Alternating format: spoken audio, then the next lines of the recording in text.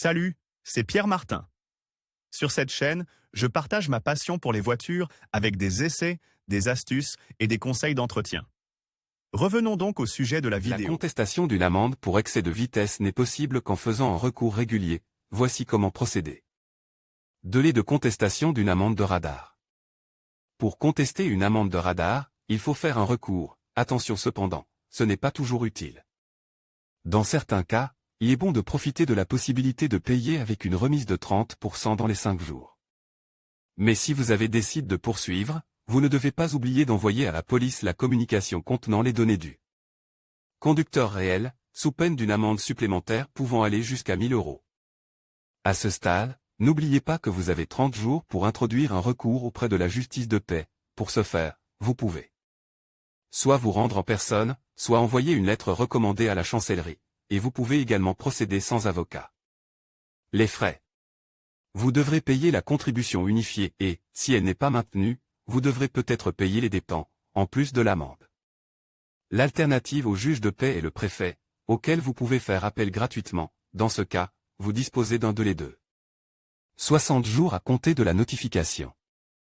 S'il rejette la contestation, vous pouvez encore faire appel au juge de paix dans les 30 jours suivant le rejet.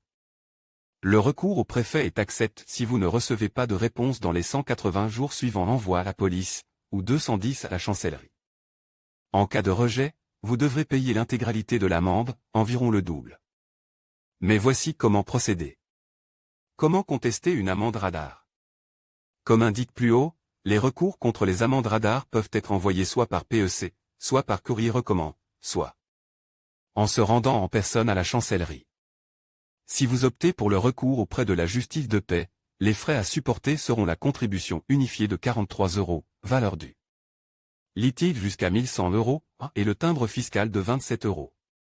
Les documents indispensables sont les suivants: un original et 2 copies du recours, un original et 2 copies du procès-verbal, une copie des pièces jointes, copie de la pièce d'identité en cours de validité. À ce stade, le juge de paix choisira de déclarer le recours irrecevable, de valider l'amende ou de l'annuler, en tout ou en partie. La pire option est le rejet du recours, car il en résultera une amende comprise entre le minimum et le maximum prévu par la loi pour l'infraction constatée.